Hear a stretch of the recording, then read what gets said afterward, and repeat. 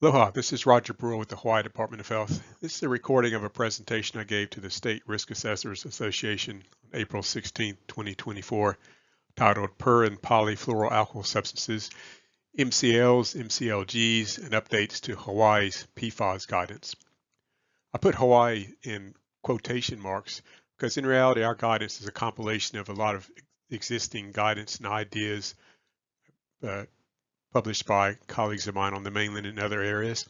Recently, we've been working with PFAS experts outside the U.S. And on the upper left-hand of the slide here, there's a picture of a group I was working with in Australia earlier this year in February at a PFAS workshops there.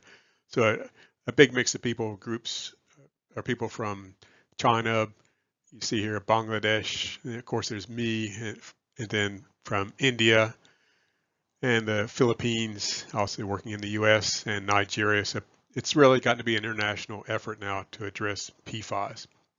So our guidance, again, is more of a compilation of ideas, and we do focused research to focus on individual topics. I like this slide. I forget who gave it to me.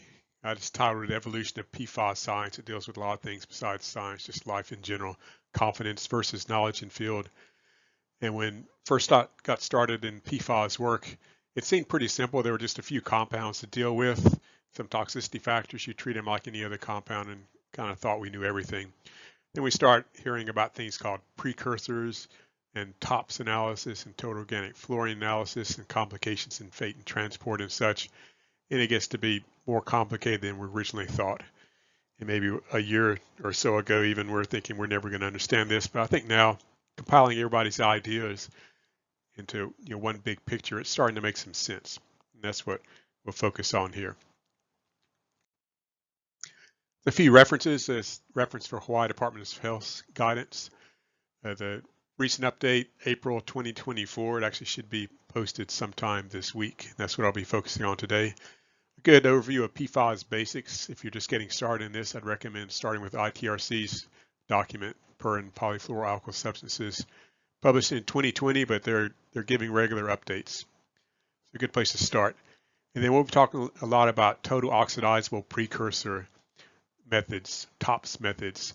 There's a lot of papers out there, and we've talked with some of the originators of this method and some people working on it, improving it now. This is a good paper to get started on this, tell you it all in 2023. Just get a large kind of picture of it. We have our own PFAS webpage. There's some information on it. There's a lot of PFAS webpage out there these days. Here's our address you can see here. And then we record our webinars and post them to a YouTube station. We have our own webpage. It gives links to the YouTube station. You see there. And then our environmental action level guidance is another webpage referenced up top with our guidance document. This is an outline of what I'll be going over today. First, a quick overview of the general layout of Hawaii's PFAS guidance and the updates that we are now posting. Then a quick overview of typical environmental concerns associated with PFAS, and then some PFAS basics of chemistry, toxicity, fate, and transport. There's a lot of information out there on these, so I'm not going to spend much time, just give a few basics. And especially focus on the assessment of what we refer to now as total PFAS risk. When you're looking at mixtures of PFAS in media, some of them which you can't even detect directly. So we're talking about primary terminal endpoint compounds that we have toxicity factors for and really focus on for assessment of risk. And we'll look at some precursor compounds that are out there that we also need to consider. And then I'll be showing you some examples, some field data where there's still a lot of excess fluorine in some of the samples we're testing, especially in the groundwater samples sites we've looked at. So it's yet another set of PFAS we have to take into account when we're assessing total PFAS risk. Then we'll end up with a quick review of a case study at a fire training area. Look at some PFAS data for groundwater, think about some things that are going on there, and also some PFAS data for soil and ideas for risk-based sampling, which our office has been working on now for 20 years. This is an outline of our PFAS guidance. So it's pretty general. Sections here listed. We start off discussing basic terminology, chemistry, manufacture, and use, just very general information on this. the terms we use in our guidance. And sources of PFAS in soil and groundwater, there's lots of guidance and more detailed documents out there. And again, just general overview.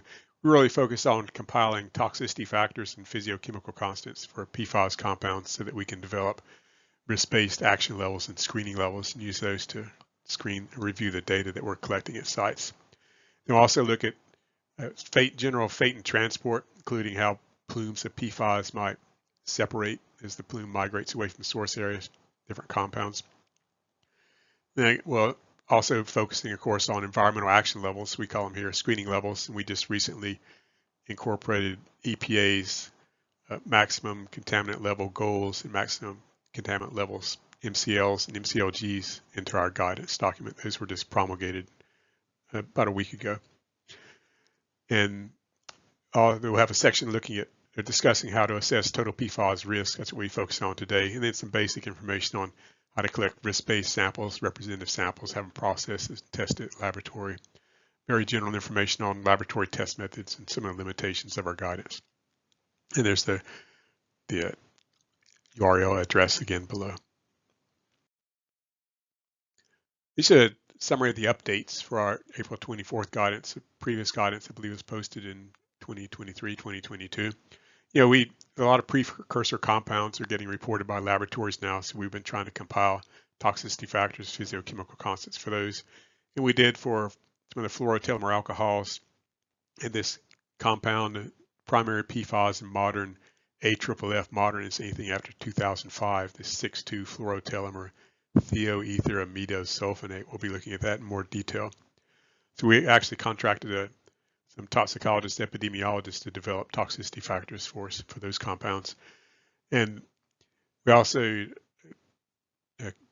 derived some toxicity factors for perfluoropentane sulfonate. We started seeing that at some of the sites we're working on.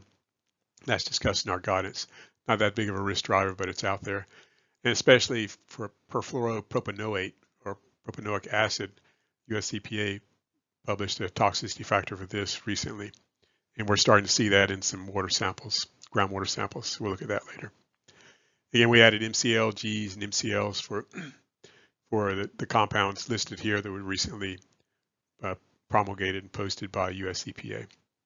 One thing to point out, the MCLs for PFOA and PFOS aren't based on risk. They're based on laboratory reporting limits. They do include some, I would call them draft toxicity factors for these compounds in the MCL documents. They're still being reviewed, but they didn't actually derive risk-based tap water, drinking water action levels, screening levels for these compounds. It's all based on method reporting limits because they're suspected carcinogens. The idea is not to have any detectable in your samples, in your water. And we also added guidance for calculation of cumulative hazard index for mixtures of PFAS in soil and drinking water and any other media you're testing for PFAS. We'll be talking about that quite a bit. And then using this idea, we have a separate section on guidance for calculation of sample-specific total PFAS risk. And we'll be discussing this. These are some of the potential environmental concerns associated with any contaminant, ones we're focusing on for PFAS. The most obvious one now are for impacts to drinking water. That's going to be one of the main concerns, but also in terms of direct exposure to contaminated soil, in particular for protection of young children, non-cancer risk. We've also, in Hawaii, looking at discharges of contaminated groundwater into surface water bodies. Most of the fire training sites we've been focusing on in Hawaii are out in coastal areas, just a few hundred feet away from the shorelines. So we compiled aquatic toxicity screening levels that have been published by other states and other entities to use that to screen our groundwater data. We're also looking at leaching of contaminants, PFAS, out of soil and impacts on groundwater. Right now, our screening levels or our action levels are based on a pretty simplistic model, which I don't have very much faith in at all. I think it's probably way too conservative for PFAS, but we do have the action levels there.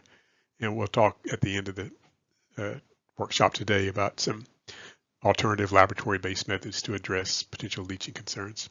Something we plan to look at in the future, we just started looking at volatile PFAS and semi-volatile PFAS. So we did include indoor air action levels for, I think, 3 or 4 or 5 semi-volatile PFAS, most of the pentanoates, hexanoids, butanoids, and such. And then one volatile PFAS compound, and that's the perfluoropropanoate. So that's potential concern for vapor intrusion. We're actually thinking about setting up some field projects to go out and get some soil vapor samples and see if we really find these compounds in sites. And sometime in the near future, we want to start looking at potential uptake of PFAS into plants, especially food crops and livestock feed, and fields associated with the use of biosolids to amend the soil, or irrigation with treated wastewater. Something we haven't looked at in detail. It's really more of a Department of Agriculture issue, but we'd be providing technical support. It's something we're also working on with our PFAS expert colleagues in China and Australia and other places. And there are also some field studies, small scale, I think, going on in the mainland US. Just a quick overview of PFAS chemistry basics. And this can get really complicated, as I'm sure many people listening in have realized, but we try to keep it simple. I think in the long run, we don't really need to get that complicated. We break it down into carboxylates and sulfonates. And the way to explain PFAS, they're not that complicated really from a basic chemistry standpoint. You start off with butanes. Butane is 4 carbons surrounded by hydrogens. Get rid of the hydrogens, replace them with fluorine on 3 of the carbons, and then add a hydroxyl group on the end and an oxygen, and you have perfluorobutanoic acid, or in its anionic form, perfluorobutanoate. So when the PFAS compounds mix with water, the hydrogen tends to get stripped off and you get an anionic form. That's what we focus on in our guidance.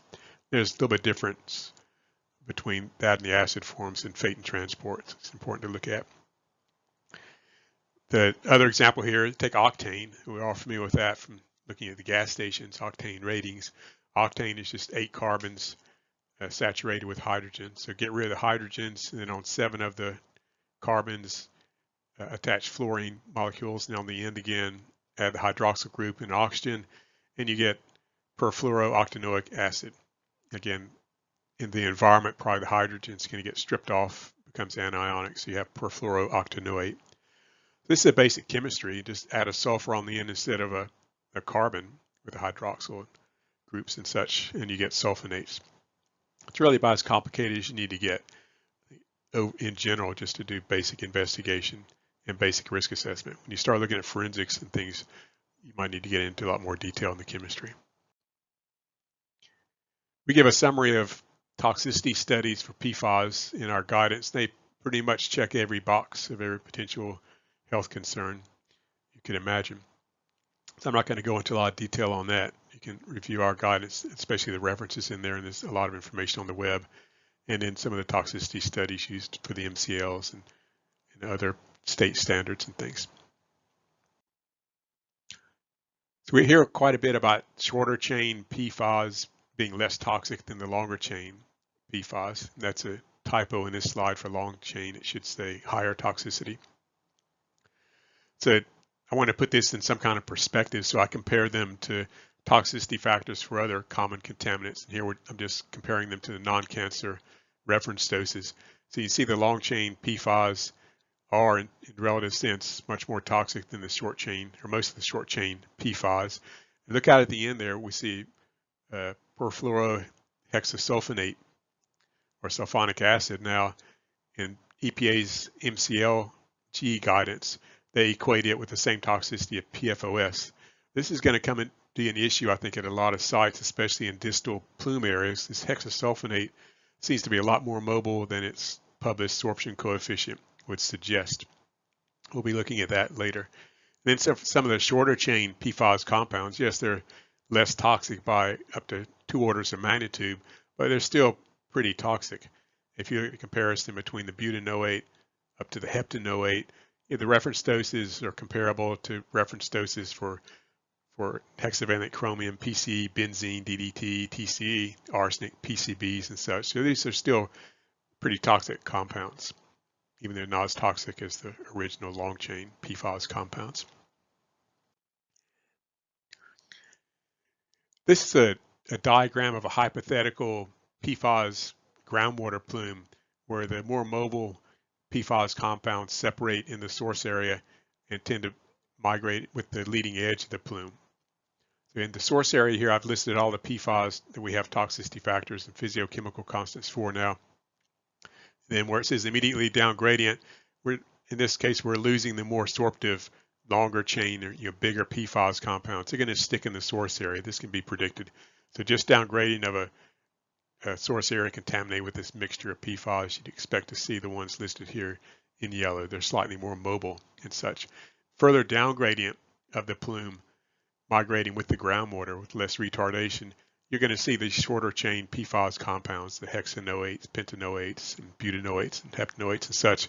But also what we see quite a bit in the groundwater, and talking with some colleagues in other states, is this hexasulfonate seems to be out there everywhere. So I think it's more mobile than it would be predicted by the published sorption coefficients. We're seeing that at some of the sites now as we get expanded data. Something to think about, and again, especially because now the reference dose by EPA anyway is equal to PFOS. It's one of the more toxic, more mobile compounds out there. So next, we'll move into looking at how you would calculate or assess total PFAS risk.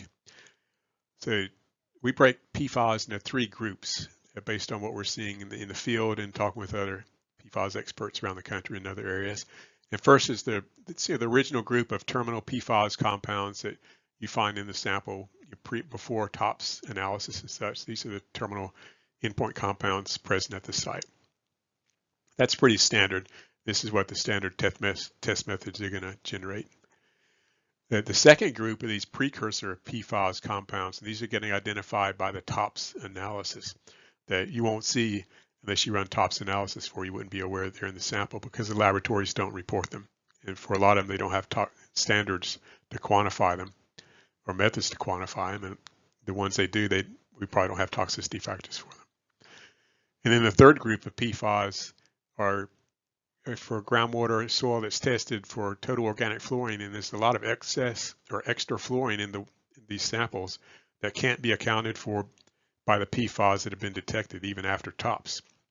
So if you have a suite of PFAS compounds after TOPS analysis, you know the fluorine content of each compound, you know the concentration, you can predict what the concentration of total organic fluorine should be in that sample. But when you test the sample for total organic fluorine, the concentration is far higher than what would have been predicted. And these, when you do non-target analysis, we'll look at later, then it suggests a lot of these compounds are actually ultra short PFAS compounds that the laboratory doesn't normally publish, doesn't normally report. We'll look at those in more detail. This is the list of 18 terminal endpoint PFAS compounds that we've compiled toxicity factors for. These are included in our guidance here. So I've broken these up again in pretty simple. There are carboxylates and sulfonates and long chain, short chain, ultra short chain. And as we discussed, the long chain compounds tend to be more toxic. So in the 2 right-hand columns here, you see our risk-based action levels for soil and for drinking water. And for the soil, we're looking at residential exposure, protection of young children against non-cancer risk.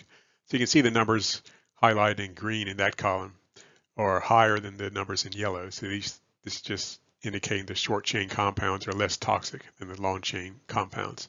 You see the one sample there, the one compound, the propanoate for ultra short compounds, is kind of in the middle of those 2, short and long, but generally much less toxic than the long chain compounds.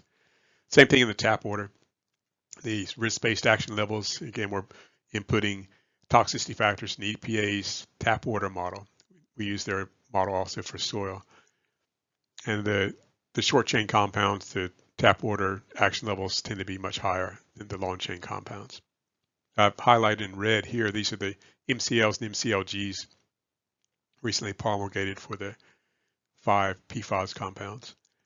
So for the PFOS and PFOA, the 4 nanograms per liter, that's based on the method reporting level. It's not risk-based, and the other numbers you see are risk-based. They were no big surprise. These are calculated using the same toxicity factors we've been using in the past, except for the hexasulfonate. Now, that toxicity factor was reduced by a factor of 10 in the MCLG guidance. So the tap water, drinking water action level dropped from 77 to 7.7. And that's why you see the MCLG is 10. They just rounded the number. So this is pretty simple in the end once you compile these. And now next we can use these to compare to sample data and calculate a hazard quotient and then calculate a hazard index for cumulative non-cancer hazard or risk. This is some data for some biosolid samples we collect from a wastewater treatment plant. So you see the pre-tops data here. Not much in the sample, just based on the pre-tops data. This is your standard laboratory test data you would get back. So you see total concentration 53 micrograms per kilogram part per billion, not very high. So to assess the risk here for this suite of PFAS compounds, just divide it by the risk-based action level. These are based on a hazard quotient of 1. There's a relative source contribution of 20% in there for you risk assessors. Keep that in mind. But we still calculate a standard hazard quotient. Add these up for each of the compounds. It comes out to be 1.4. And for assessing risk, we'd round that off to single digits, so it's 1. Anything 1 or less, we consider not to pose significant risks to young children who may be in contact with the soil every day. So that's fairly straightforward. This is some sample data for AFFF-Contaminated soil. It's at a site where they'd spilled AFFF on the ground. They excavated the soil. We went out with the consultants pretty quickly afterwards and collected confirmation samples. These were good multi-increment samples. We'll talk about that a little bit later on. And they dug up 2 feet or so of soil immediately. There was nothing obvious in the soil, any contamination. And the pre-tops data came back pretty low, 24 parts per billion. So we were thinking, oh, they did a good job. We're just assessing direct exposure risk for commercial industrial workers at this particular site. So again, you divide your sample data by your action level, and there's your hazard quotient, and then sum up the hazard quotient for each of the compounds, really low, 0.006. So yeah, not a problem for workers to be in contact with this suite of PFAS. The problem is there's hundreds of PFAS precursor compounds, and they get more and more every time we talk to the laboratories. A lot of these compounds aren't reported by the laboratories. They know they're in the samples, but unless you ask for them, you won't get them. Or they lack toxicity factors. So what do you do with the data when you get it? And ignoring it doesn't really seem to make sense. So for firefighting foam and AFFF, the PFAS compound they've been using for the last 20 years, since 2005, and CERTIP has a real good document on this. It's referenced in our guidance, 2017. It's this compound 6,2-fluorotellumer thioamidosulfonate. So that compound is the 95% of PFAS and AFFF. So if you're not testing for it, you're missing a lot of the risk, which we'll look at in a minute. And then in food wrappers and food containers, you see in fast food and such, at least in the past, until recently, they were coated with these fluorotellumer alcohols. And again, the lab's not reporting them routinely. If they do, there's no toxicity factors. So what do you do? And wastewater treatment plants, other industrial processes, and in biosolids, you get lots of different PFAS metabolites. And so we'll be looking at that in more detail. So how do we quantify risk associated with these? We need to come up with a method to do that. In the meantime, we started compiling toxicity factors for precursor compounds, but they're coming out being reported faster than we can compile toxicity studies, and there just haven't been toxicity studies done on most of them. So I guess to be a problem. Here's the 7 we do have studies for. I just highlighted these, thinking about how these compounds might break down into the terminal endpoint compounds. And that's what we use really to assess risk, at least one way you can do it. So we have toxicity factors for these. We have action levels and such, but again, we can't really keep up. And you see the diagram here. That's the image of the compound, the 6,2-fluorotellumer thioamidosulfonate. They use AFFF. We'll look at that again, more detail later. This is where it really kind of made us stop and have to think about it. This was the site where they had spilled AFFF, and they immediately dug it up. Spent a lot of money digging up the soil. We went in and collected confirmation samples. And again, these are good multi-increment samples in the field. The lab processed them properly.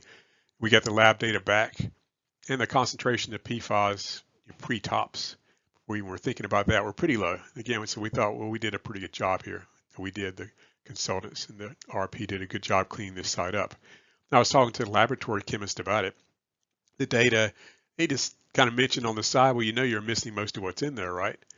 And this is where he educated us on this the main PFAS and AFFF, which they can't report, they can't quantify anyway, and there's no toxicity factors for it. So we had them run this TOPS analysis, which he informed us about, on the sample to see how much it would change. You can see the concentrations even here went way up by a factor of 100 or more. So that we had to stop to think, okay, how do we address these compounds, this second suite of precursor compounds that are getting identified by TOPS analysis. This is the compound in firefighting foam, just to give you an idea what they look like. So imagine taking a perfluoroheptanoic acid, so heptus is, you have 7 carbon molecules there, 6 of them have fluorine attached on the end. There's your hydroxyl group and the oxygen at the end. Take this and cut off the hydroxyl group and the oxygen at the end and add on some large functional group. And that's what's used in AFFF. So it's dominant PFAS and AFFF since 2005. There's no toxicity factors available, I think, until we just contracted a toxicologist and some epidemiologists to prepare some toxicity factors for us. And that's in our guidance. But it's not reported by a laboratory. Great, we have toxicity factors. Laboratory can't quantify it or report it except in non-targeted analysis, but they can't quantify it. So where the risk posed by these compounds in the soil is really going to be underestimated because we can't directly test for it. Same thing with municipal wastewater treatment plants. We've been out to 7 wastewater treatment plants collecting samples of influent, effluent, and biosolids, just packed full of these metabolites. So yet another suite we need to learn about. This 5,3-FTCA fluorotelomere carboxylate. This particular wastewater treatment plant made up most of the PFAS there. It was the dominant PFAS there, and in the biosolids, just packed with all these odd metabolites of PFAS compounds. No toxicity factors. You wouldn't even know about these unless you had the lab give you an extended lab report to identify them. And there's that FTCA again. It's the dominant PFAS compound in the biosolids of this particular place. So there's a problem. There's a whole another suite of compounds and labs may or may not be reporting, and if they do, we don't have toxicity factors for it. We had the lab run this TOPS analysis on these samples too, just out of curiosity, and sure enough, the concentrations tripled or more in some of the samples. So we're missing 75% of what's in there. This is where on the science learning curve we're heading downhill fast. It's getting pretty complicated. So we need some way then to assess these precursor compounds. And we talked with quite a few people, including I'm sure a number on the phone call. There are 2 types of precursor compounds. Some could be, they're already in the product when these compounds are manufactured, like this PFAS compound or AFFF. There if you tested the product, you'd also see another compound, 6,2-fluorotelomere sulfonic acid in the AFFF itself. So that's a byproduct in there. But then in the breakdown products, these metabolites is another suite of these precursor compounds. We see at the wastewater treatment plants and even in AFFF sites as the compounds are starting to break down naturally in groundwater. So we need some way to convert these into terminal PFAS compounds we have toxicity factors for and action levels, and then we can treat them the same way as we do the primary PFAS compounds, pre-TOPS, calculating hazard quotients and hazard index. This is one approach we came up with to deal with this. Not just us, there's other people around the US, other countries have also started doing this, and we just have a more formal process published now. Well, this happens in nature. This is a paper published on the natural oxidation and breakdown of that PFAS and AFFF. So you can see as it starts to break down, these getting to be very familiar compounds now start showing up. So you see the 6,2 fluorotelomere sulfonate will show up as a metabolite. There's that 5,3 fluorotelomere carboxylate again. It seems to be everywhere. Then ultimately these will break down into the shorter chain PFAS compounds, the pentanoates, hexanoates, maybe hepta. Noate here or a butanoate.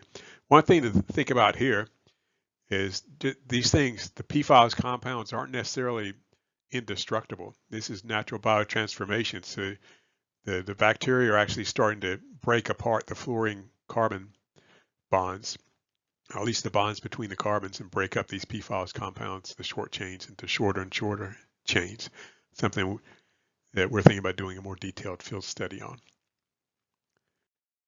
This is natural oxidation of these fluorotelomere alcohols. Again, these are the compounds that, at least until very recently, they probably still are being used in papers and such, used in fast food restaurants for a non-stick grease-proof paper. So in this case, the PFAS, these fluorotelomere alcohols are breaking down into that same suite of familiar compounds again, where there's the 5,3-FTCA showing up. It's this naturally is degrading. And there's our suite of these short chain compounds, the hexanoate, pentanoate, butanoate, and such. And we see these in wastewater here pretty obviously. So it seems, or we talk with some people on the mainland, they say, well, it's probably coming from landfill leachate that's getting sent to the wastewater treatment plant. Well, there are two issues with that. One is compared to the volume of influent going into these wastewater treatment plants versus anything you're getting from landfill leachate is pretty minuscule. The main thing here, though, is in the test, the wastewater treatment plants we were getting samples from don't receive landfill leachate. So where are these fluorotelomere alcohol metabolites coming from? Well, it's got to be some type of apparent dietary source. It's just coming out your toilets and into the plant. That's something that I know some folks are looking into in more detail. That's what happens in nature, and we can do this in the laboratory too, to break down these precursor compounds to the terminal endpoint compounds. That was the purpose of this total oxidizable precursors method. It's originally developed, I think, more for a forensics tool to identify what was in a sample and what it broke down into. You can guess what it used to be before it broke down, but also you can use it in terms of assessing risk if we're assuming that these terminal endpoint compounds are the main drivers for toxicity. So the way the TOPS method works is the sample is heated in the presence of an oxidizing agent under alkaline conditions, so a really high pH. And what this does, it strips the functional groups from these precursor compounds and leaves you with the terminal end products. I like to think about this as pruning a tree. So you see in the bottom here, think of a tree and all those leaves and small branches on the tree are the functional groups attached to the main trunk, PFAS, and prune the tree. And what you're left with afterwards is your terminal endpoint compound that forms the trunk of these precursors. Now, if we assume these terminal endpoint products that reflect the metabolite products of the original compound mixture, then it's a way to assess the risk. There's some debate about this, I know. We'll talk about that later in limitations. Some people think it's too conservative. Other toxicologists I talk to think it's not necessarily conservative enough, that the precursor compounds might be more toxic than the terminal endpoint compounds. But it's a start. It's getting us in the right ballpark.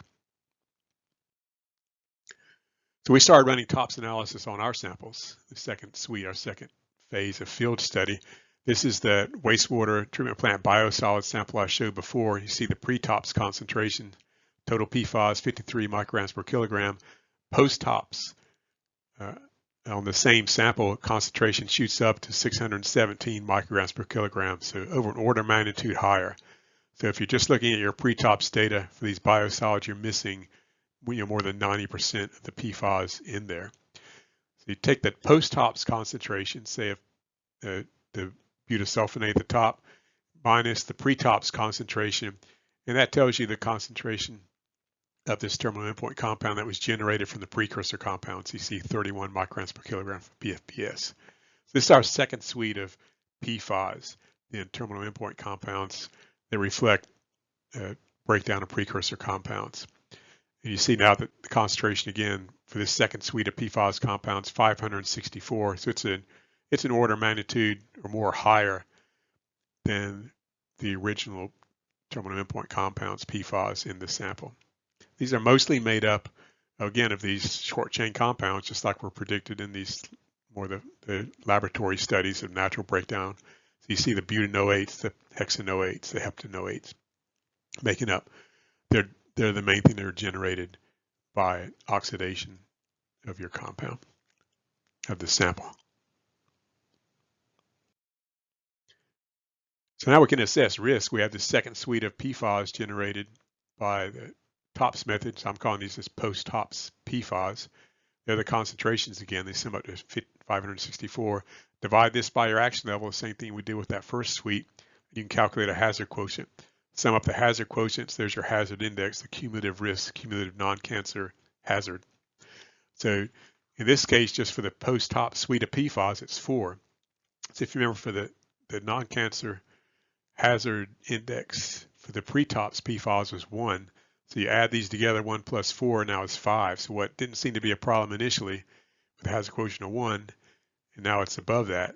Now it's a 5. So now we might want to think a little bit more about these biosolids posing potential direct exposure risk if the kid was just playing in these biosolids every day for 6 years, what the assumption is behind the action levels.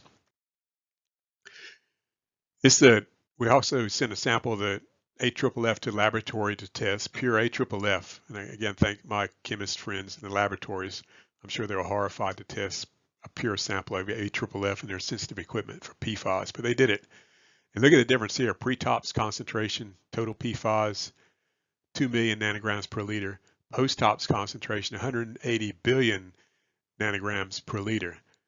So just with your standard PFAS method without tops, you're missing 99.9% of the PFAS present.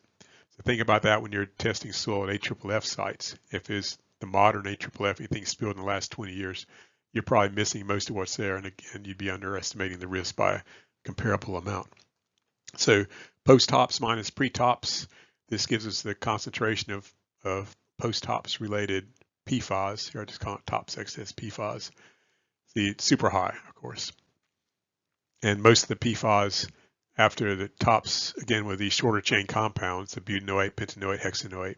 And that's this. We had the laboratory run non-target analysis, NTA on the sample, and no big surprise. They said the hidden PFAS there, the tops broke up, was 6,2-fluorotelomere thiamethosulfonate, which we already knew was the main component of the AFFF.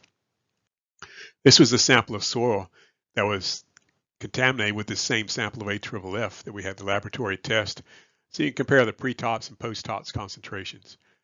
Pre-tops concentration, again, just looking at the terminal endpoint compounds now, we're using to assess risk, 24 parts per billion. Post-tops, 24,000 micrograms per kilogram. So it went up by a factor of 1,000. We were missing the same thing we saw with AFFF, 99.9% of the PFAS in the sample. So our tops related PFAS concentration in the sample, post-tops minus pre-tops, there's the concentration of the terminal endpoint compounds associated with the breakdown of the precursor compounds. And now we have that, we can compare that to our action levels and calculate a hazard quotient. That's what we do in this slide. So here's our tops related PFAS compounds. Here's the concentrations. Again, this is a commercial industrial site where this was spilled. So sample concentration divided by our action level generates a hazard quotient. Add those up, and it adds up to 0.7. So anything over 1 is something you want to look at in more detail. In this case, it's still 0.7, not a big deal, but look how far up it went. It went up by a factor of 100. If you just looked at pre-tops, the hazard quotient was 0.006. Add pre-tops PFAS to the post-tops PFAS suite. Now the hazard quotient is 0.7. So we're missing 99% of the risk if we'd only looked at pre-tops data. Well, so we had a process to look at precursor compounds. We thought we were done again, and then we talked to our colleagues in California, especially in other places, and they're testing groundwater samples. And like I mentioned before, there's all this excess fluorine they're finding in the samples that can't be attributed to the PFAS that were identified even after TOPS analysis. So again, you run your TOPS analysis, you come up with a suite of compounds, these terminal endpoint compounds. You know how much fluorine in each one of those compounds, and you know the concentration of the compounds. So with basic stoichiometry, you can predict what your concentration of total organic fluorine would be in the sample based on those compounds and the concentration. But then when they actually test the sample for total organic fluorine, in some cases anyway, it can be twice as high. So there's all this excess fluorine in the groundwater. So where's this excess fluorine coming from? And so now we have 3 suites of PFAS we have to deal with: the pre-tops PFAS, the post-tops PFAS, and now this excess fluorine PFAS. We had the laboratory, they did also run this non-target, I think it's non-target analysis, it's a target analysis on these samples. And this is where they start identifying a lot of these ultra short PFAS compounds, especially in some cases anyway, the perfluoropropanoate. So it's just 2 carbons with fluorine attached to another carbon with a hydroxyl and oxygen group on the end of it. So a lot of ultra short compounds out there in the samples that are being tested. And they may or may not be there, but when they are, this is what the NTA analysis suggests they are. We actually have toxicity factors now for the propanoate. So we have a method to assess risk, at least initially, based on this suite of compounds. That's how this is done in our guidance. So a method to assess the risk posed by these excess fluorine-related PFAS. So if we assume that the excess fluorine is related to propanoate, let's just do that to start with. And we can, if we have a concentration of total organic fluorine in a sample, then we can adjust this concentration to reflect an equivalent concentration of perfluoropropanoates. It's again using basic stoichiometry, which know how many fluorines are in perfluoropropanoate. And then we can compare this to an action level and calculate a hazard quotient for the excess fluorine-related PFAS. Now, all these compounds we can show you now we have data that not necessarily the propanoate, but they generally tend to be the short chain compounds. So if we assume they all have a similar toxicity, this isn't exact, but it's getting us in the right ballpark again. And you see the equation there below. Pretty simple on how to calculate concentration of ultra short compounds, in this case the perfluoropropanoate, based on your total organic fluorine data. So we do have action levels for perfluoropropanoate. Since we have a toxicity factor now, our soil direct exposure action level is 5,100 micrograms per kilogram. Again, that's based on non-cancer hazard protection of young children. And our drinking water, especially, is more concerned, I think, tap water action level 510 nanograms per liter. So a lot higher than PFOS and some of the others, but still pretty toxic. If you think about it, the MCL for benzene is 5 micrograms per liter, so 10 times higher. That's not necessarily risk-based, but the risk-based number I think would be like 0.5. So it's up there with benzene in terms of toxicity. The toxicologists we talked to are looking at this in a lot of detail. You know, they're thinking too, well, maybe this stuff isn't all propanoate, could be other ultra shorts, but this looks like a reasonable action level to develop, to come up with to screen your sample data, at least initially. So there we have our 3 different methods in for assessing total PFAS risks. The pre-tops, PFAS, pretty short, easy, same as we've always been doing. It's just a matter of compiling toxicity factors and physiochemical constants and such, developing risk-based screening levels or action levels. Using TOPS analysis, we can use that to address precursor suite of PFAS compounds in a sample. Then using total organic fluorine data, then we can use that to assess excess fluorine suite of PFAS in the sample. And then you sum up the risk for each one of these suites, and there's your total PFAS risk. We tried this out on some of our samples. We tested influent, effluent biosolids from 7 wastewater treatment plants. We're still waiting for data for some of them. The first samples we collected, we didn't know about TOPS and total organic fluorine, so we didn't get that data. But for last suite we tested, we did get that. We are getting it for some biosolids. We went back to some of the original wastewater treatment plants. So let's take a quick look at that, how this total TOPS method works. We have a Excel-based calculator. I'll show you some screenshots of it just to make it easy, especially for us or for anybody to do. So you input your pre-TOPS data, your post-TOPS data, and total organic fluorine. It automatically calculates a hazard index or quotient for each one of those 3 different suites, and then adds it up so you get a total hazard index for all 3 suites, all 3 sets of PFAS compounds. This is the screenshot of it, and in this case, this is a wastewater treatment plant effluent data we put in. Pre-TOPS, post-TOPS, you see there wasn't much there, really small figures. And we didn't have total organic fluorine data for this particular sample. But we were imagining, could you drink wastewater effluent with respect to just the PFAS in it? In this particular sample, the total hazard index comes out to 2, so it's not that high, actually. This our calculator is going to be posted to our webpage, so you can access it. Actually, I think they did test for absorbable organic fluorine, total organic fluorine in this sample. Detection level is pretty high. It's 40 micrograms per liter. It was non-detect. But we'll look at later probably these compounds, these ultra short compounds, aren't going to add that much to the risk anyway. So maybe not a big deal if you're not getting total organic fluorine data or can't detect it. These are all the wastewater treatment plants we tested. And looking at total PFAS risks, so 7 different plants. The ones in green, we did get a full suite of pre-tops, post-tops, and total organic fluorine data for. May still be waiting for some of the total organic fluorine data.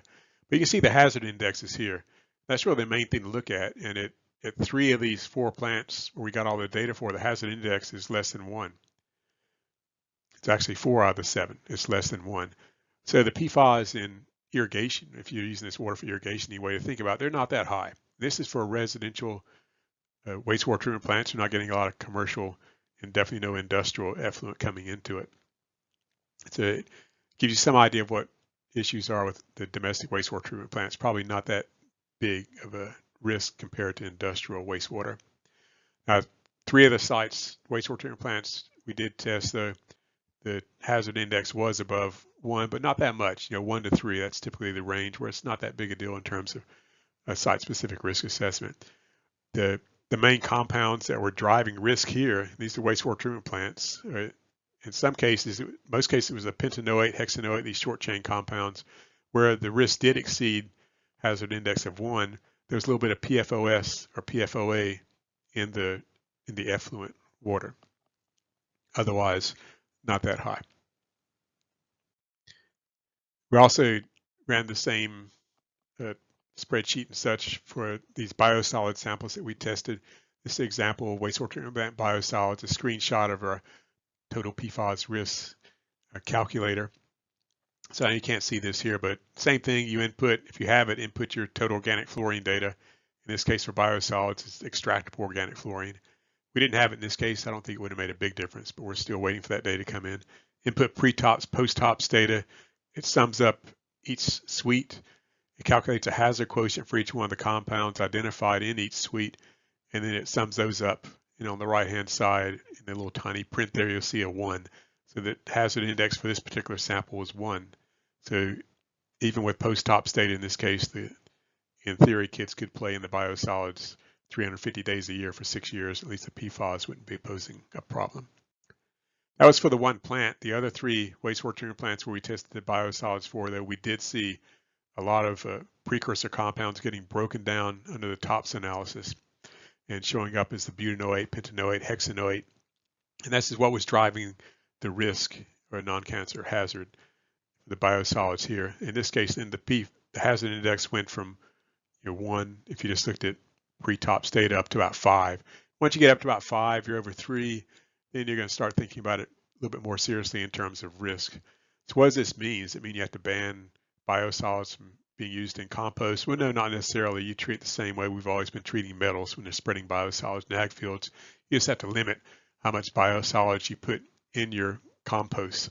So in this case, if the compost was 20%, I think that's right, biosolids, and the rest just regular green waste and such, then you get your hazard index associated with the PFAS down to 1.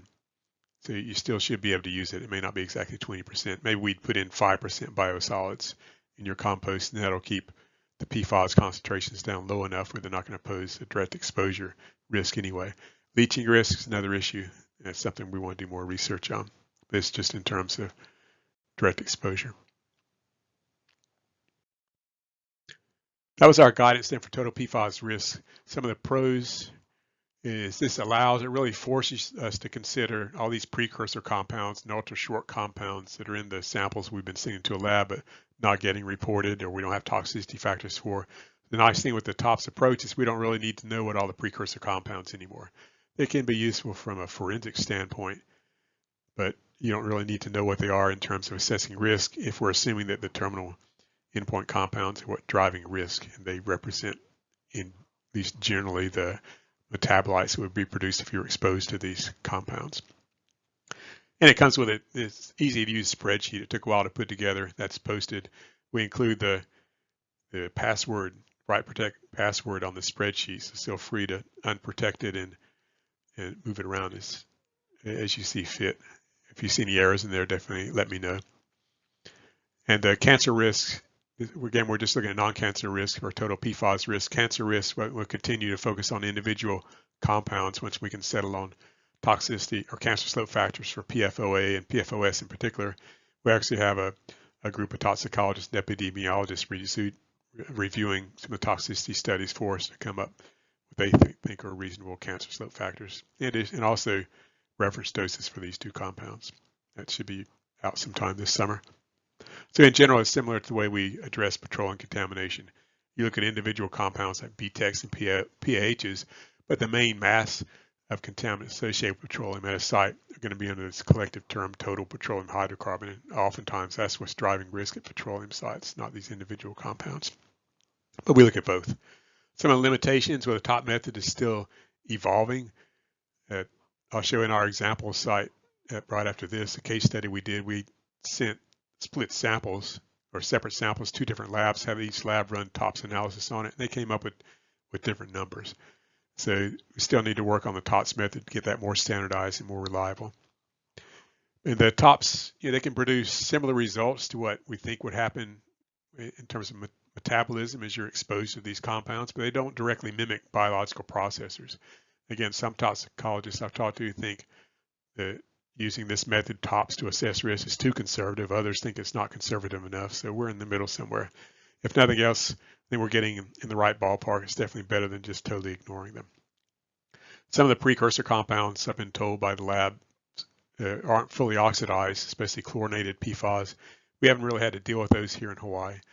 So we'll let someone else look at that. And I know the labs are coming out with methods to address this. If it's a small suite to deal with, then maybe we can just get toxicity factors for them and lab methods and look at them directly.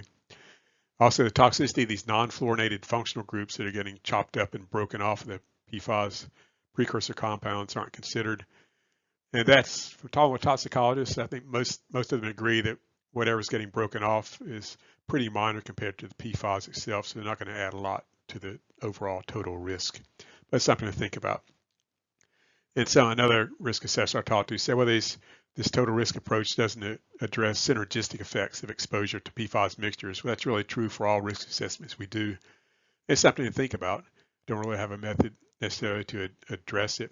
Other toxicologists I've talked to say you don't really get significant synergistic effects until you get to really high concentrations of contaminants anyway, so well above what we'd be looking at for chronic long-term exposure. I'm sure it's another field of research open. That was our total PFAS risk approach. I think it's on the right path. I'm sure we'll be working on that for quite a while to come. So next, what I want to look at is some case studies and really focus on getting reliable sample data. And one thing that we've really focused on in Hawaii over the last 20 years now is getting representative sample data. So reliable assessment of risk and the design of remedial action programs especially are included is dependent on a reliable collection of representative sample data. And we talk a lot about this. We have a lot of webinars. We've published papers and done field studies just showing how traditional discrete sample data utilized by the environment industry really isn't reliable either for site characterization or for assessment of risk. I'm not going to go into a lot of detail on that, but you can review some of the papers we've written, and we reference lots of other papers. People in EPA are warning their management about this 30 years ago, but it's pretty much ignored. But this is where in Hawaii we refer to this a better representative approach is decision unit multi-increment sample investigation methods, DUMIS. On the mainland, they use the term ISM, incremental sampling methodology. And we go through that document that's published by ITRC, some of our webinars.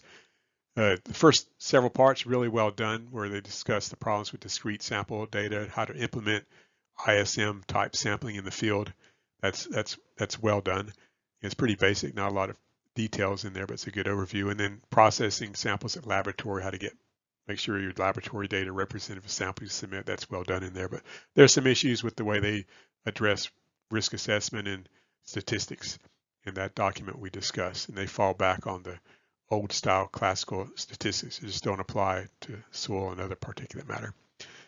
But anyway, we focus on our DUMIS sampling here. This is the AFFF site, it is active fire training pit area on Maui. It was started in 1977. 1997, they lined the pit and then paved around it to help control runoff and such.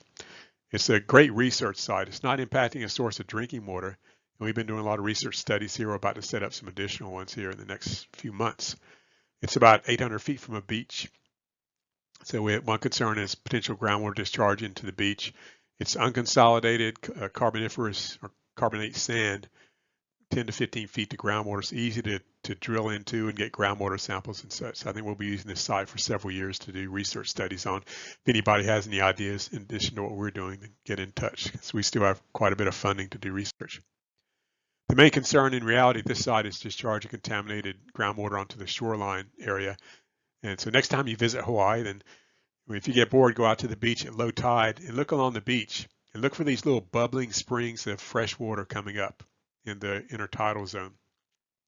And you can actually go out, I've done it, you go out, you can drink this water, it's totally fresh. So you've seen a lot of risk assessment models, the surface water, groundwater, mixing zones and such, maybe in some cases, but we definitely don't see that here.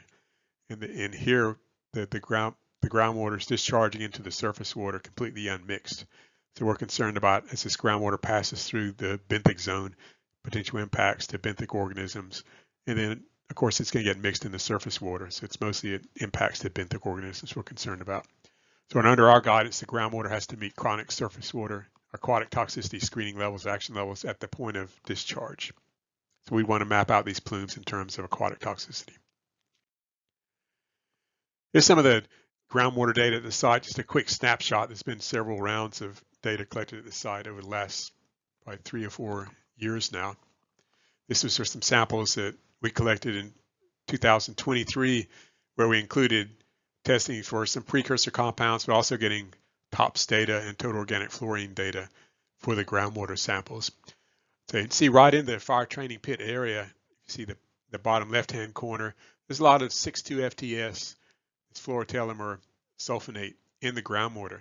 That's almost definitely attributed to this fluorotelomere thiametosulfonate, the main compound they use in AFFF over the last 20 years. So they lined the fire training pit here, but it's pretty obviously after 20 years leaking, 25 years now. And some of that's getting down into the groundwater.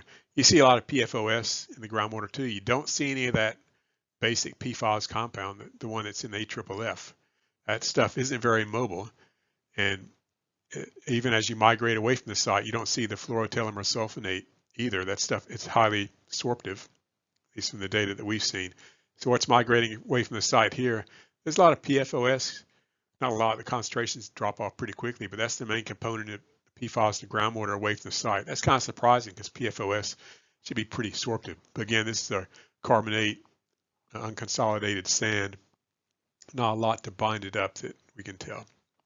When you get up gradient of the fire training pit area, you don't see any of the FTS, and you start to see a lot of the hexasulfonate, and there's still some PFOS diffusing up in that area. This is really low concentrations. There's all these other compounds too, these terminal endpoint compounds or PFAS compounds in the groundwater at low concentrations. Now, when you get over to the side of the plume, this is probably diffusing laterally. Again, you start to lose the PFOS, just a small amount there, which you kind of expect since it's more sorptive. You start picking up the more sorptive PFAS compounds like we looked at earlier in that groundwater plume separation model. So you get the hexanoates and the pentanoates, and then the sulfonates too, since this is AFFF. Any AFFF site tend to see a lot of the sulfonates, but the butasulfonate, the really short ones, and the hexasulfonates tend to be spreading out there. Again, there's that hexasulfonate based on the published absorption coefficient.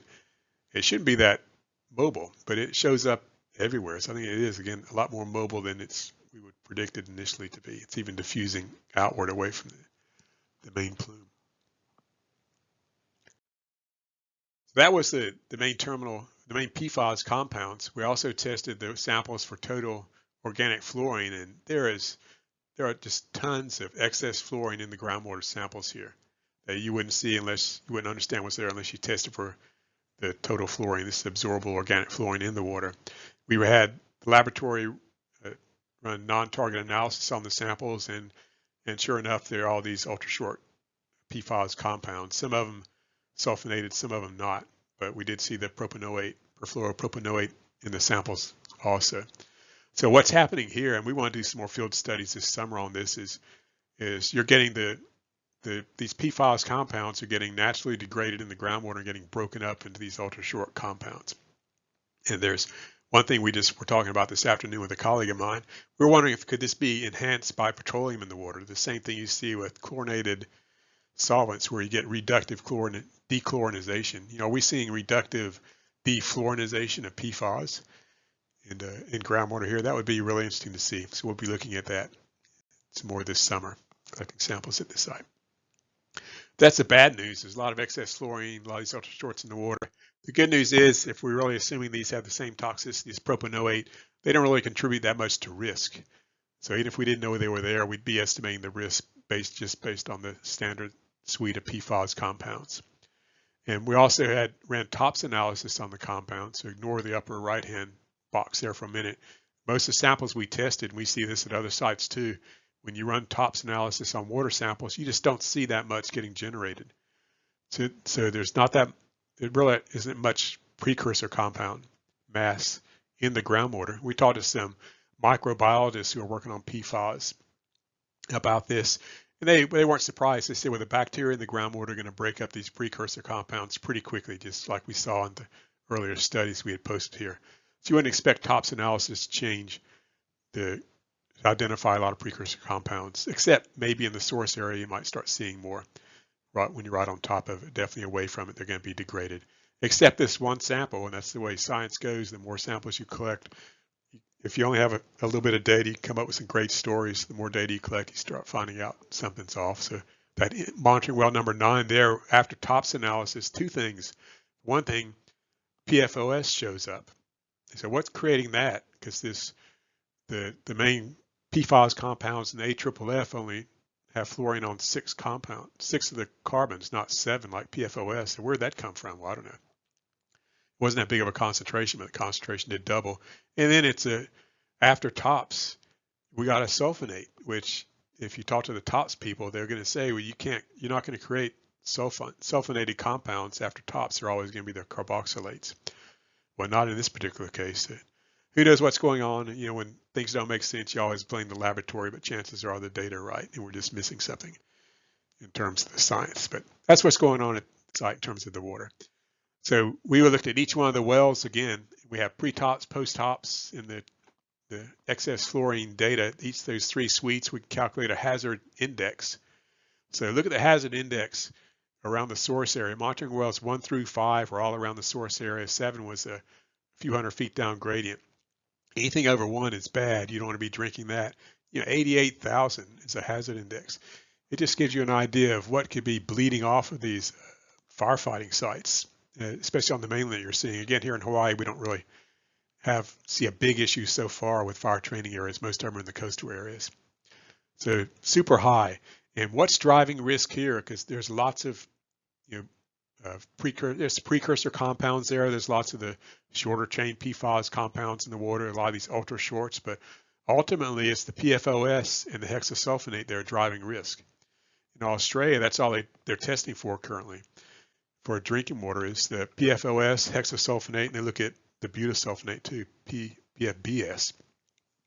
And maybe that's all you really need to do. Maybe you don't need to be running TOPS analysis on water samples and distal plumes, at least in TOF, but we want to do it at least initially until we're pretty certain of that. But once you get away from the source area of the plume, though, then things start to change. You start to pick up more of this hexasulfonate, like in monitoring well 8, that was up gradient of it, and you start picking up these ultra short compounds that are driving more of the risk, and even some of the short chain compounds. So in that case, maybe we do need to focus more on the short chain compounds or at the TOPS analysis. But then look at monitoring well 9, which is off to the side of the plume again. What's driving risk there? We saw PFOS show up, even doubled after TOPS analysis, whatever that was, but it's the hexasulfonate that's driving the risk there. Much higher concentration than the PFOS, and it has the same toxicity factor now as PFOS since the MCL came out. There's something to think about there. That was the groundwater. It's pretty interesting. I like running all three suites, the pre-tops, post-tops, total organic fluorine, because you really start to get an understanding of what's going on at the site in terms of chemistry and forensics and biology and such, and also in terms of risk, making sure you're not missing anything. So next, what we end with is the testing of the soil. This is still ongoing at the site. Original soil samples were collected at the site in 2022. Again, we're just doing multi-increment samples, no discretes allowed here because we know they're just not that reliable. Test a different pinch of soil, you get a different number in your sample. Move your sample point over a few inches, you can get a totally different number. So multi-increment samples here at this site, the thing you always start off with very systematically in any of these investigations, even for groundwater, is what's your question. And this will help you design your sampling plan. So before we go out and do our own field work, we all stop and sit around and say, what's our question? So in this case, there were two. And these outer areas at the edge of the fire training pit area, the question was, there's some barren areas of soil, so do PFAS and exposure area DUs pose a risk to park users? It's a bike path along the fire training pit area here. So in theory, the DU6 and DU7 decision units, in theory, somebody could stop there and have a picnic with their kids and watch the planes take off on and off, or watch the planes burn in the fire training site or whatever. But there is some concern about direct exposure there. There we really focus on the upper few inches of soil. That's our decision area and volume of soil. So we get a good sample of that compared to our action levels. And the DU5 was actually inside a fenced area. The only people that go there for the workers. They wouldn't be there every day, but we did go back and get some samples from there. I'll show you that in a little bit. The main issue here was around the fire training pit. The Department of Transportation oversees the site, is interested in cleaning up this pit. So they need to get soil sample data. And their question is, what is the chemistry and total mass of PFAS in soil under the fire training pit? They want total mass because one thing they're going to look at is a pilot study of soil washing to wash these PFAS out of the soil and then destroy the PFAS in the washing solution. It's being done by a company called EcoSpheres based out of Florida. They'll be out there in a few weeks collecting some more samples here. So in each one of these DU areas, the way you collect a multi-increment sample, in the exposure areas, easy access, we collected one sample from around 50 points throughout each DU. And then one of the DUs, we did it 3 times just so we can compare the data, one set of triplicates to see how we're doing. 50 points, the sample needs to weigh 1 to 2 kilograms to be representative of the area. There's tons of science behind this, which I don't go into here, but it's in our guidance document and on the webinars we posted. In the source area, they're hoping they can isolate most of the PFAS contamination, ideally in the upper 2 feet of soil under the pit. So they split the soil under the pit into 3 different layers down to groundwater was at 10 feet. So 0.5 feet to 2 feet is the first layer. Think of this like a cake. And that was layer A. Layer B, that's a typo there, it should say layer B, is 2 to 7 feet. And then layer C, 7 to 10 feet. So 3 different layers of soil. And you want to get a good sample for each one of those layers, each one of the DUs. They couldn't get sample data in the middle of the pit because it's still being used, and in theory it's lined, but they weren't allowed to drill there, so they just went around the edge of the pit and collected samples. The way they collected, I threw this slide in here. This is from our field study on why discrete sample data are unreliable. Again, I'm not going to go into this in detail. We went to 3 different sites, collected hundreds of discrete samples, co-located, tested each one to see how variable they were. And in the best cases at this arsenic site, we see a random variability of 2 between co-located samples. At PCB contaminated sites we tested, we'd see random variability on average 39-fold between co-located samples. In some cases, it was orders of magnitude difference. It just gives you an idea why PFAS data or discrete sample data in general aren't reliably representative of where you collected the sample from. We had the laboratory test the same sample 10 times. And guess no big surprise, each subsample they tested, you get a different number from. And we saw similar variability in the sample that lab tested that we saw in the field between co-located samples. And we see the same thing in using discrete sample data for risk assessments. Somebody else goes out to the same site, collects another set of discrete samples, and tries to calculate a mean concentration, 95% ECL. They're going to get a different number. So the mean concentration of PFAS based on discrete samples is, in reality, it's random within an unknown range. Maybe the range is 2 at best, but it could be of order of magnitude or greater. That's why there's a lot of hidden error even in doing 95% UCLs from discrete sample data. We talked to a risk assessor in EPA about this, and they understand this, but they say, we did what we could with the data they provided us. We couldn't say anything about how representative the data were. That's all published in this document. A two-part paper we published from our field study, one on field study results, one on implications for continued use of discrete sample data, and then we have a field report posted, and lots of guidance, lots of field studies and reports on our decision at multi-increment samples approach. And then here's the difference between, just for multi-increment samples, again, we're doing in the fire training area. Discrete sample, you're collecting a sample from one point. How much do you collect? Well, taught to laboratory, just enough to test. How much does the laboratory test? Well, they test as little as possible because it's cheapest. It was cheap as possible. For PFAS, they only test 0.5 gram of soil for PFAS. It's physically impossible to represent a sample of soil, a particulate matter, with 0.5 gram. That's a tiny pinch. There's no way your PFAS data are represented the sample you sent to them reliably. How far off are they? I don't know, at least factor 2, could be an order of magnitude. We haven't looked at that in detail. A multi-increment sample, in contrast, same idea of representing a given area, but you collect one sample from 30, our default is 50 points within that decision unit area.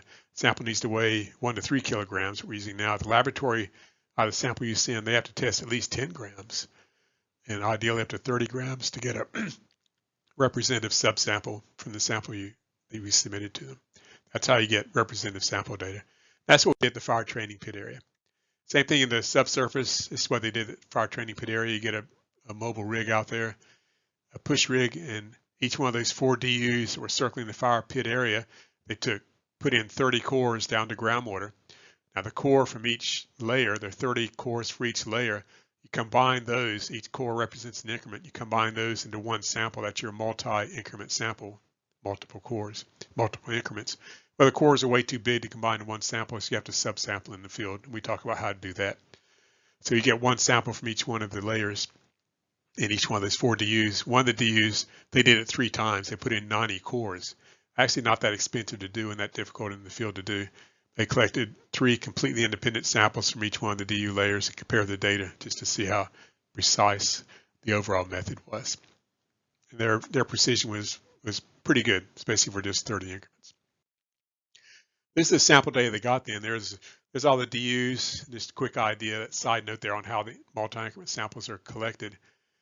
So DUs 1, 2, 3, and 4 are right in the fire training pit area itself. ABC are the different layers.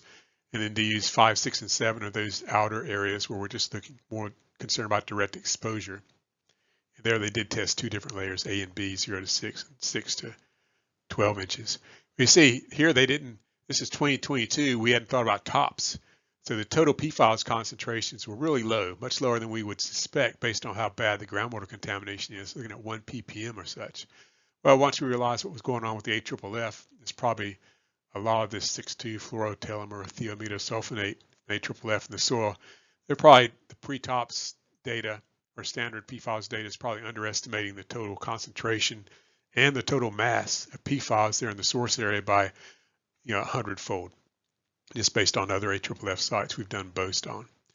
So they're going back to the site now, the same consultants are, and just getting some drilling into the site, getting some samples from individual cores. They're going to be good multi-increment type samples again, and they're going to test those pre-tops and post-tops just to get an idea of how far off their 2022 data were.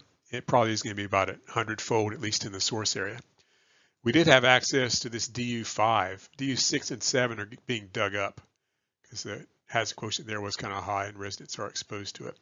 DU5 we did have access to. We went back out and collected samples there and did pre-tops, post-tops, and total organic fluorine.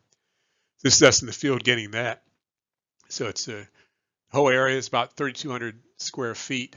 We focused on the top 0 to 4 inches soil. Say workers are going out to this area, nice grassy lawn and having lunch and such. In reality, they're not going to be out there very often, maybe once a month or so. So we split it up into a grid, and each grid cell we collected an increment.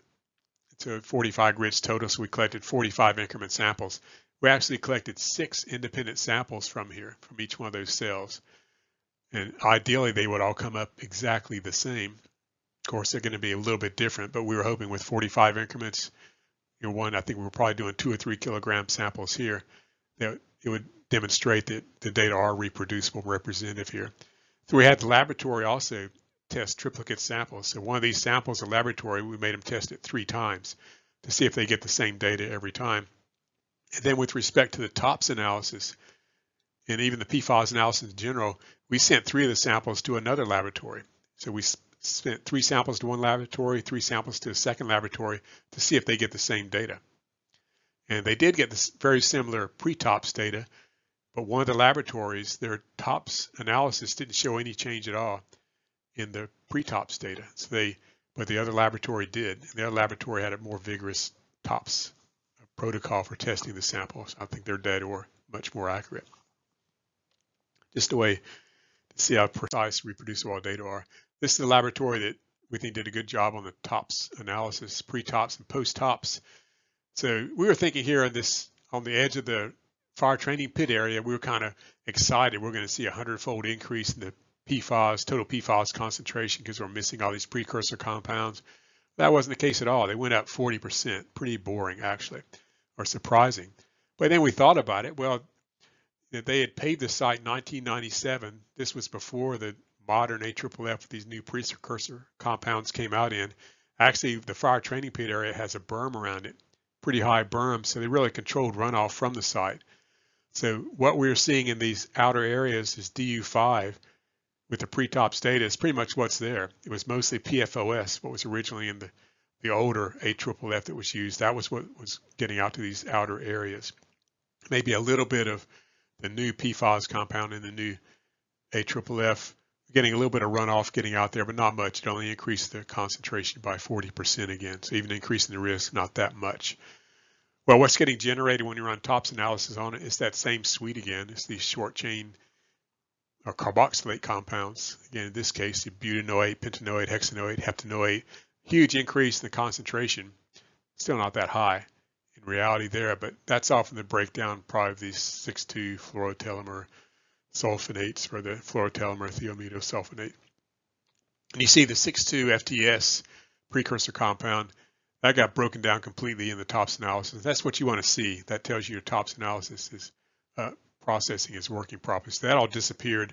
A small bit of that went into generating these short chain compounds. Most of the increase in short chain compounds, if you look at it, just doing a mass balance, had to come from these other PFAS compounds that were in the soil. The laboratory didn't report.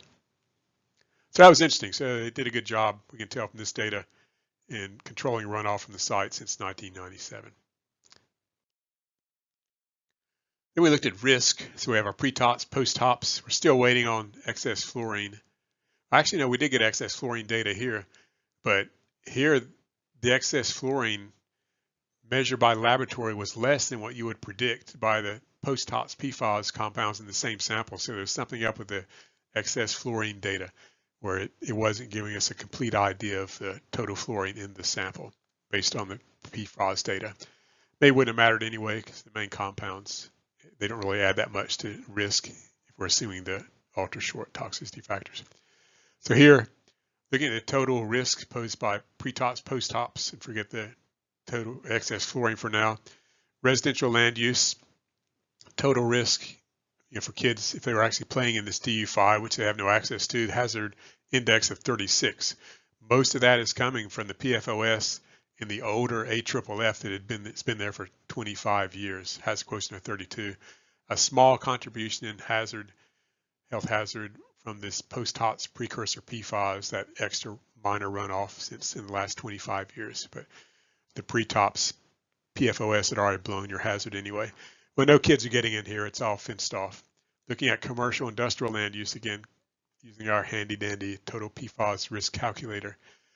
Total hazard quotient comes out to be 4. So it's above 1. A little bit of a concern. Again, that's mostly all coming from the PFOS, from the old AFFF that was in the soil. But in reality, in site-specific risk assessment, workers only go out here for a few hours every month or so. So they're not out there a lot. So this would easily pass a risk assessment, site-specific risk assessment for airport workers. But that one thing here, we still don't have TOPS data. That's these outer areas for runoff, the older AFFF. We know within the fire trip painting pit area itself, they were using a lot of the modern AFFFs. You're going to see a lot of these precursor PFAS compounds in that soil. So when they go back and get samples from there coming up in the next few weeks, a few months, whenever we get the data back, we definitely expect to see your total PFAS concentrations go way up there because after post-TOPS analysis of the samples. And the risk there is going to be screaming high, of course. It's right under a fire training pit. This was the last thing we looked at in the last slide here we talked about in the workshop. That's all direct exposure and such. Can you drink the water under firefighting foam sites? Well, no, not a good idea. Not a big surprise. Can kids play in the dirt? Not that big a deal for the in outer areas away from the fire training pit, a little bit of runoff. But, the next thing we're looking at, though, is leaching of PFAS and impacts to groundwater. It's really one of the main reasons they need to clean up the fire training pit area. That stuff, some of the PFAS are probably still mobile. So we have our action levels based on a pretty simplistic model for leaching of PFAS from soil, and they're all in the single-digit part per billion range. I ran the models and such. It's just a simple algorithm, and I don't trust them at all. I think they're way over conservative. They don't take into account the complex fate and transport of PFAS in vadostone.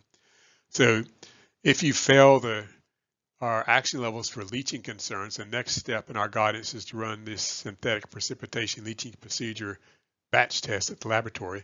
And what they do is they take a big spoonful or 100 grams of the soil, is placed in 2 liters of fake rainwater. It's shaken up for several hours.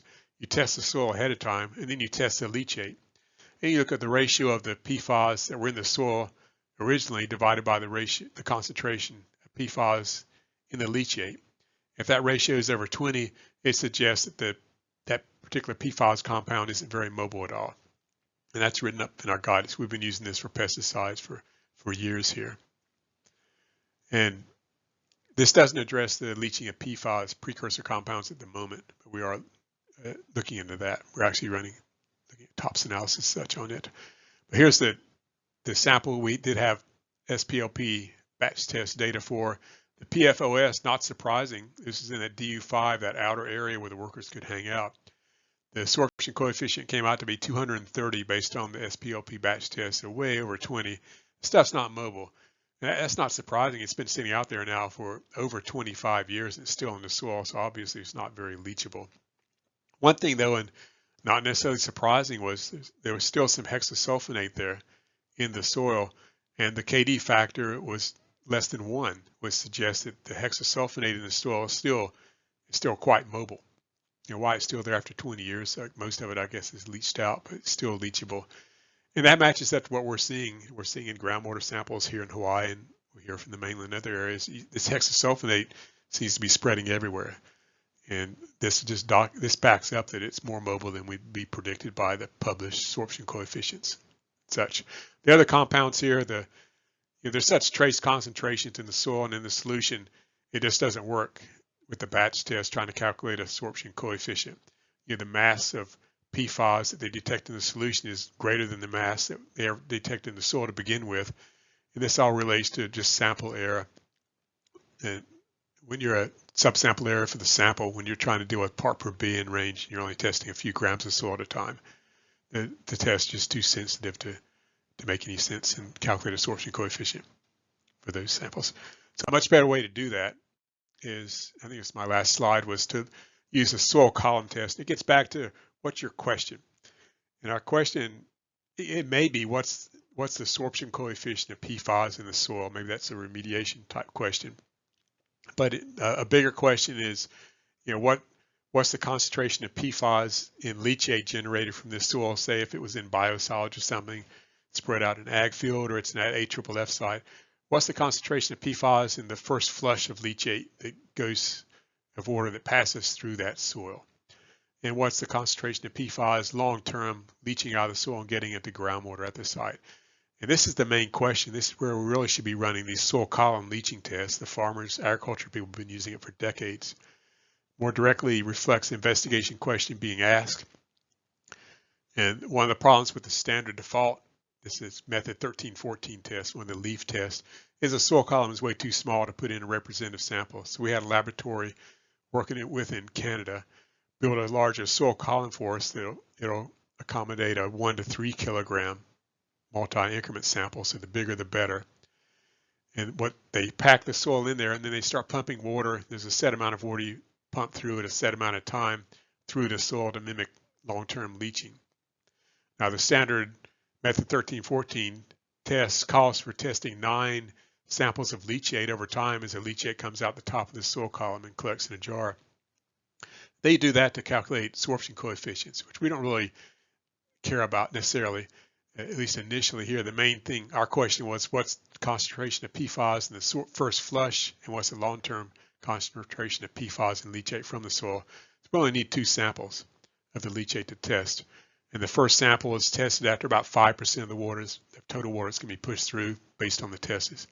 It's been pushed through the sample. That represents about 3 months, coincidentally, of irrigation water at fields, at least here in Hawaii, agriculture fields. And then after you finish pumping all the water through according to the test, then that's your long-term sample that you want to test. And that represents a couple of years of leachate passing through the soil. So that could be useful. We still have some experiments underway for actually soil from one of the AFFF sites. We're also running it on compost with PFAS and biosolids in it at this laboratory in Canada. Hopefully get at least some of the data here in the next month or two, and then we'll write up some more detailed guidance on this approach. So that was it. That was the presentation. I added some extra notes to address some of the questions that were being asked. There was a question about some of the volatile compounds we're seeing. Do we have any volatile or vapor sample data from PFAS sites? We don't, but we have some research money. We're probably going to go out in the next month or 2 or 3 sometime this summer at that AFFF site I was showing you there and collect some vapor samples. We're going to get them from the wells. We're not going to collect discrete vapor samples, either little 1 or 6 liter SUMO canister samples, because they're not representing the question we're really concerned about. The question there would be if someone put a building on top of that firefighting foam site without cleaning it up, could they have vapor intrusion risk? So we have another set of guidance for collecting what we call the risk-based large volume purge samples of subslab vapors, where you go to a site and you purge 15,000 liters of vapors from underneath the slab or something. That represents about a week's worth of vapors in theory that would intrude into a building that has a big hole in the floor based on indoor air and subslab pressure differentials. That's written up in our guidance also, large volume purge soil vapor samples. We're going to do that this site. We're probably going to use the monitoring wells and see what we're seeing in the vapors coming off this firefighting foam site. We'll do that at a couple of wells. Some of the other things we're looking at is again, the leaching issues. We talked about that. We're also working with some groups, probably in Australia right now, looking at the bioavailability and bioaccessibility of PFAS in soil and biosolids. So we may send them some soil from our sites. They've done some work with us for arsenic in the past, helping us develop an arsenic bioaccessibility test for soil. Also working with some groups on uptake of PFAS into food crops. I know there's some small-scale studies being done on the mainland. I think Minnesota has a study going on. We're going to be working with some PFAS experts in China, actually looking at some large-scale studies. Probably later on this year, I'll be over there helping out with that, at least collecting samples. And then also thinking about risk-based sampling of groundwater monitoring. Same thing, you're grabbing a random 1 liter of water from a well. Is that really representative of the water around it? I bet it's not. So we're going to find out. We're going to start trying out large volume purge sampling methods for groundwater wells. And from a risk standpoint, if you're looking at non-cancer risk from PFAS, then the main concern again is protecting young children. We assume young children drink 0.78 liters of water per day, and it's assessed over 6 years. That adds up to about 1,200 liters of water. What we're going to do at the fire training pit site is go out and figure out how to purge 1,200 liters of water from several of the wells, and then collect a continuous sample of the water as we're purging it, and then we'll use that and test that, send that to the laboratory for testing. So our sample data we get back represent a much larger volume of water and more representative in terms of risk. And I bet the concentration goes up, the same thing we see at our LVP, large volume purge sampling for vapors, because we'll start pulling in these isolated hot spots in the groundwater that you would miss otherwise from just random groundwater wells samples. That was our overview of the PFAS guidance. That went on for a while, but I think it's a good compilation of a lot of ideas that are already out there. We just talk to a lot of people and compile other people's ideas and go out and do some focused research to try to help tie everything together. So keep the ideas and the comments and such coming in. I like this quote that we were using at a PFAS conference in Australia. Our ecospheres expert was talking about remediation, used it for some of his work, but all models are wrong, but some are useful. Yeah, that's pretty much the truth for our action levels, soil screening levels. They're not right, but they're probably useful. They're in the right ballpark. And the same thing for total PFAS risk. Well, sure, it's not exactly right, but we're getting in the right ballpark and definitely more useful than ignoring all these compounds. So thanks a lot. My email address was on the first slide, and as always, comments and ideas, updates, edits to our guidance is welcome. Thanks.